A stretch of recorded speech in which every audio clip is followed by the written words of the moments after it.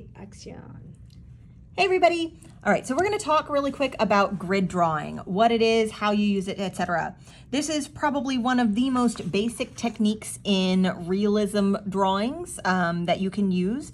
It is a very fast way to get an accurate drawing, especially if you have a hard time just looking at something and figuring out what you need to draw. So the tools that you need a grid. In here we have these little 1/2 inch by 1/2 inch plastic grids that can be used as viewfinders.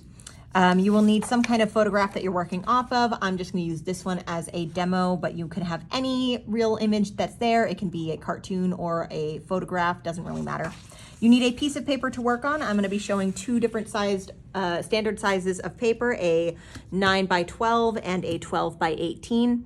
You will need a ruler of some kind. Yours doesn't need to be as big as this, but something that reaches from one end of the paper to the other does tend to be the thing that works best.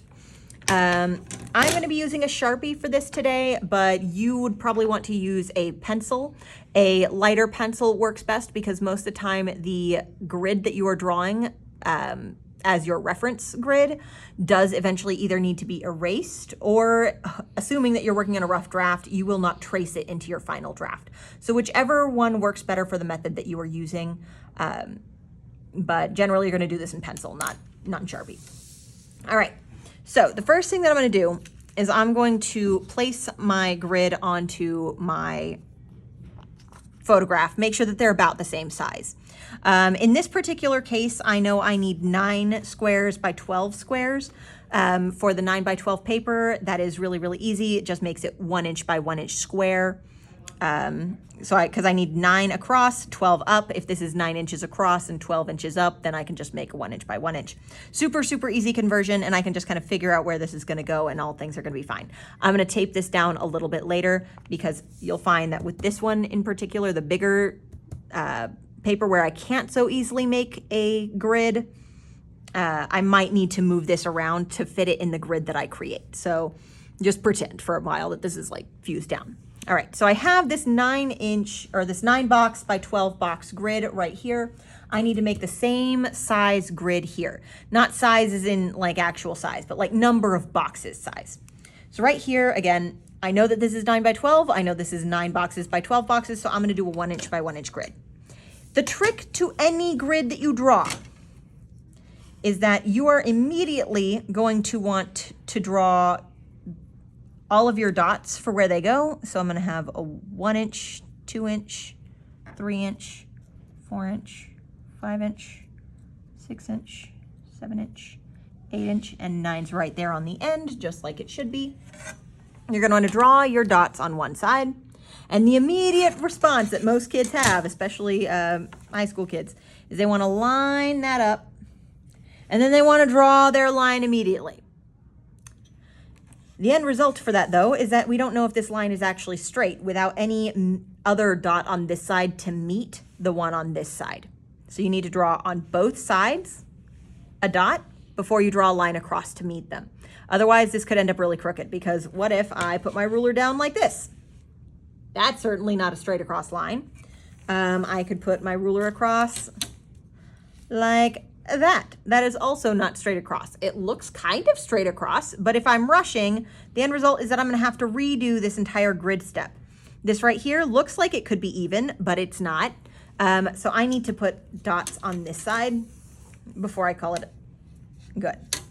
Now I'm going to put these right about here, and I'm going to have dot, dot, dot, dot, dot, dot, dot, just at every inch marker. And those are all my marks. Now that I have one on each side, now I know that my line will be straight. So I can line up my ruler or my straight edge. Doesn't really matter if I see the numbers anymore, because I already have my dots where they need to go. They've been measured out, and I can draw my line across. Oh, something's under right there. All right, I'm going to continue doing this off camera. You start measuring out around your paper if this is the size paper you need. All right, so now we have a bunch of lines going in one direction. To get the lines going in the opposite direction, you need to do the same measurements every inch across. on both sides. So this time I'm gonna do it on the long side of the paper. I'm going to line up the long side of the paper, and then every single inch, I'm going to make a dot.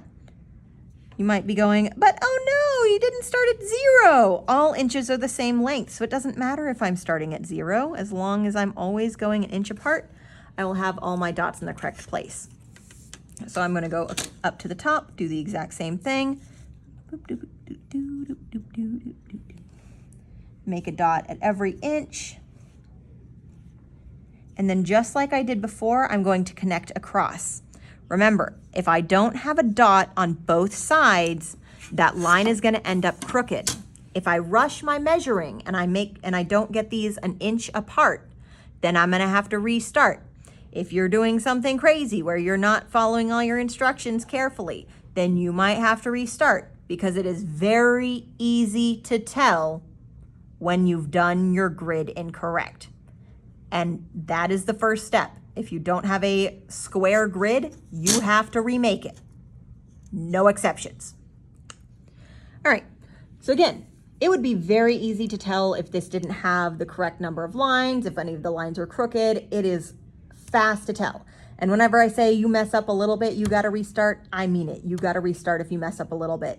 This is very important to get done correctly. It's the foundation of your drawing.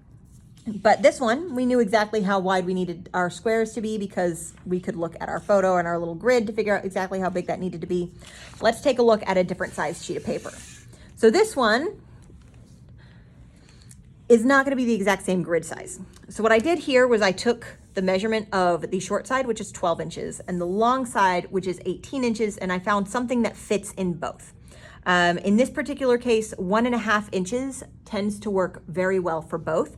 I can divide 12 by 1.5 and come up with an even number, and I can divide 18 by 1.5 and get an even number. In the case of 12, I believe it was, it doesn't matter. We'll count it up when we get there. So what I'm gonna do is I'm gonna line up my ruler with the edge, and I'm going to make a mark every 1.5 inches. So 1.5 inch, 1.5 inch, 1.5 inch, 1.5 inch, 1.5 inch, 1.5 inch, 1.5 inch, and 1.5 inch on the very end. So it's gonna be 1, 2, 3, 4, 5, 6, 7, 8 boxes across. Now again, just like before, I can't just slap my ruler down and then draw a line. Even if it looks like it's even here, it might not be, and we do not want to make the mistake of having an unsquare box, because then I'd have to redo the entire thing all over again from scratch. And that sounds like a super annoying time, so I'm gonna do it correct the first time, not the second nor the third, the first time.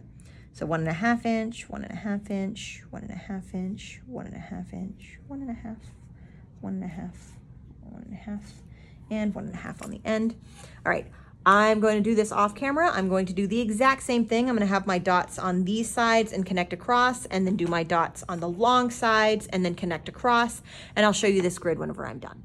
All right, so I'm going to now doctor my little grid right here so that I can only see the same number of squares that I have on my big 12 by 18 paper.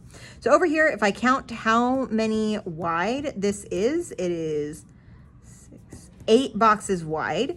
So on my short side, I'm going to shorten this to 8 boxes. So I have 1, 2, 3, 4, 5, 6, 7, 8.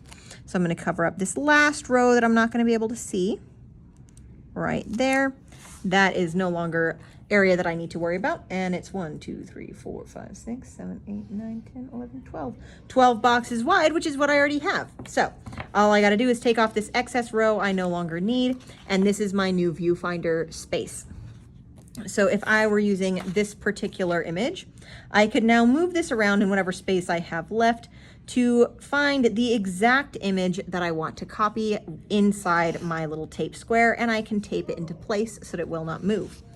If you happen to have, however, an image that is smaller than your grid, probably the easiest thing to do is to just make up whatever's there.